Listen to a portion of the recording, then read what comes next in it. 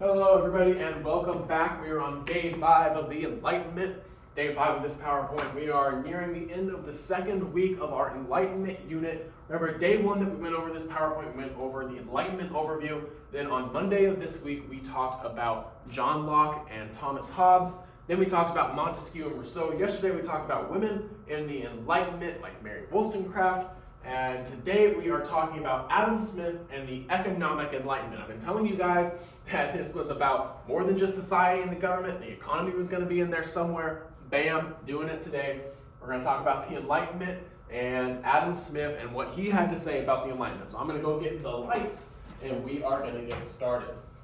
So, the Enlightenment and the economy. So this is going to be Adam Smith. Remember, when we talk about the Enlightenment, we're talking about that transition from old ideas to new ideas in the form of government, society, economics, and education. So this, obviously, you should be able to infer by what I just said and the fact that this is about the Economic Enlightenment, that today we're going to be talking about a transition from old ideas about how the economy should run and new ideas about how the economy should run, sponsored by Adam Smith.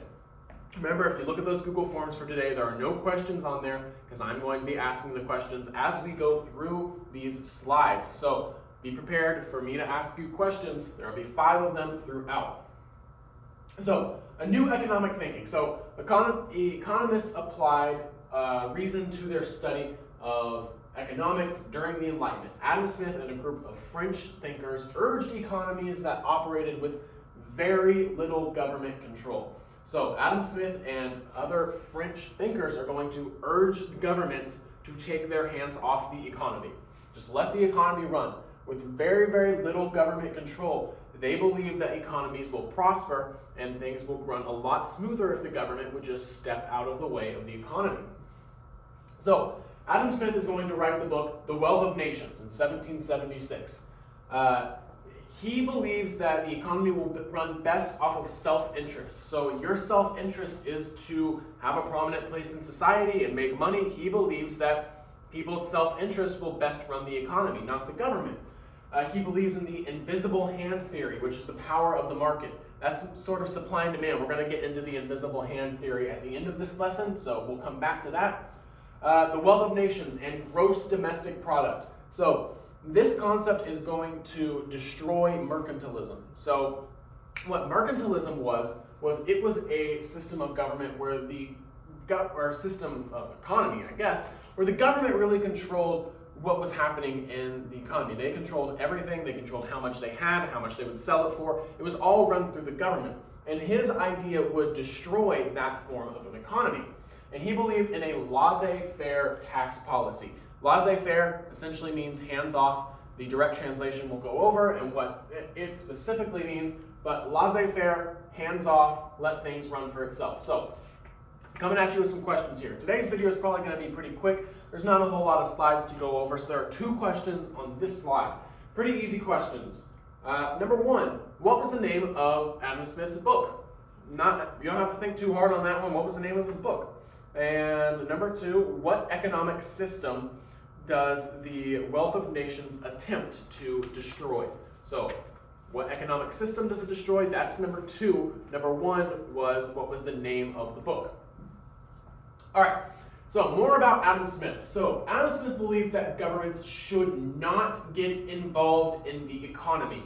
They should not get involved in the economy. Take your hands off the economy, let the economy run for itself and see what happens. They should follow the laissez-faire, which means leave it alone approach to the economy. And government should allow business to have free trade, no restrictions, no tariffs, no anything. So the government is completely out of the economy. You let people form businesses, you let people run them into the ground or be successful, that's on them, but the economy will keep itself up. And it will keep going based on self-interest. You have an interest in being wealthy? Good. You'll make a business and you'll strive to make it great. Consumers will choose to buy products from the best companies who have the best combination of quality and price. So, instead of the government putting out the same thing for everybody, let consumers compete. That will only make products better. When you have to keep coming up with new things that drive people into your business, you're going to come up with better products, and the prices will be more competitive because you'll have to lower your prices to compete with other people. Weaker companies are going to go out of business. Supply and demand is going to naturally reach an equilibrium. We'll go over what an equilibrium is. So that means that supply and demand, they'll meet somewhere, and that's where your price point should be. And we'll go over what that graph looks like. So supply and demand intersect at an ideal price. Oh, before we move on, let's see if we have any questions on this slide. I'm sure we do. Okay, so on number 3, you'll see a series of statements there. And the question that I have for you is, which of those statements is true of how Adam Smith thought governments should handle the economy? Which of those statements do you believe is true of how Adam Smith thought that governments should handle the economy? More about Adam Smith. So he believed that the best companies, they're going to survive and produce the best products to satisfy customers. And they're going to grow, and they're going to become bigger, and they're going to be able to do more with more revenue.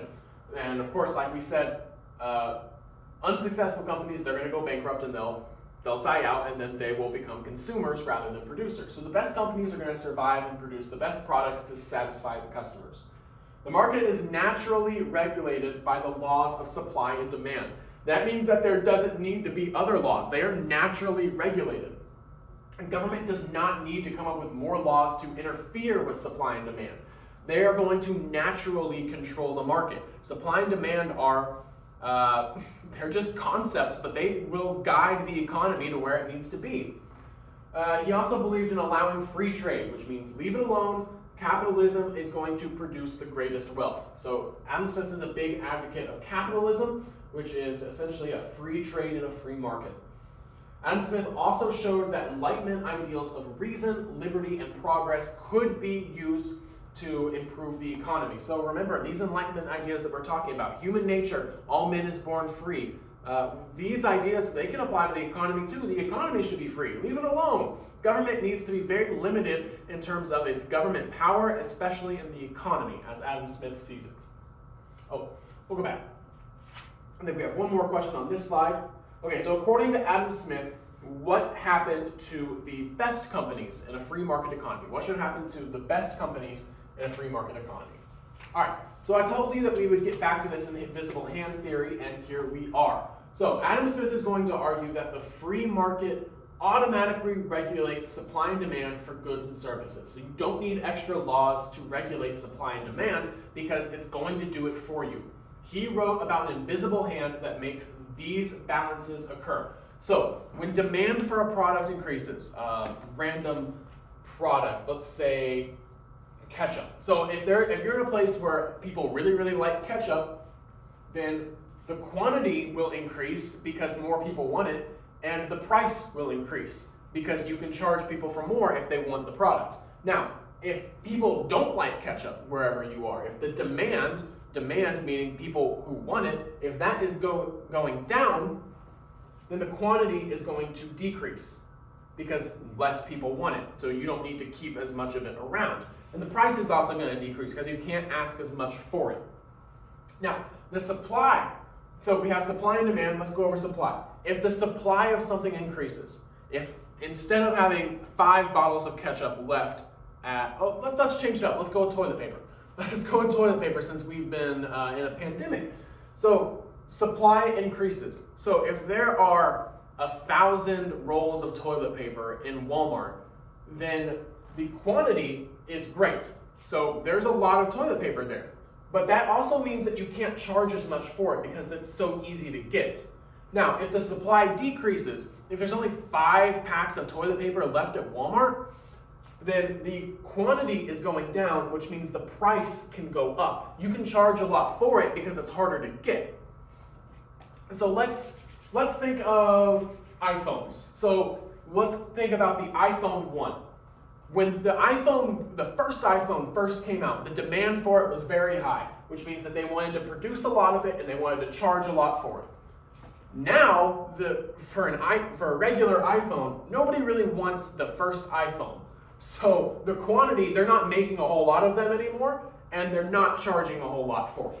Now, supply, when we think about iPhones, so there's a reason why Apple doesn't make a whole lot of new phones. Like, they make new phones, but then they don't give each of their, like every Apple store, they don't give them 1,000 phones to sell. They give them 40 phones to sell. The reason for that is if they gave them 1,000 new phones to sell, the iPhone 12, if they gave every Apple store 1,000 of them to sell, that'd be a big supply, which means that there's going to be a lot of them in the store.